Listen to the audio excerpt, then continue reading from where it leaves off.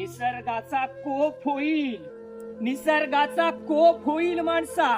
स्वतःच्या प्रगतीसाठी, स्वतःच्या विकासासाठी, स्वतःच्या स्वार्थासाठी आणि स्वतःच्या नावासाठी जी झाडं तोडतोय, निसर्गाचा कोप होईल. लक्षात ठेव. नाशिकचा श्वास म्हणजे तपोवन आणि हाच श्वास आज धोक्यात आहे. इथे मोठ्या प्रमाणात झाडं तोडण्याची चर्चा सुरू आहे, पण आपण आपल्या भविष्यातील हवा, ऑक्सिजन आणि सावली सर्व काही गमावतोय. अरे एक झाड 24 तासात इतका प्राणवायू देतो की दिवसभरात कितीतरी जीव श्वास घेऊ शकतात. अरे एक झाड तयार व्हायला लागतात 10 ते 15 वर्ष आणि तोडण्यासाठी 1 मिनिटाचा निर्णय आणि 1 सेकंदात झाडावर वार.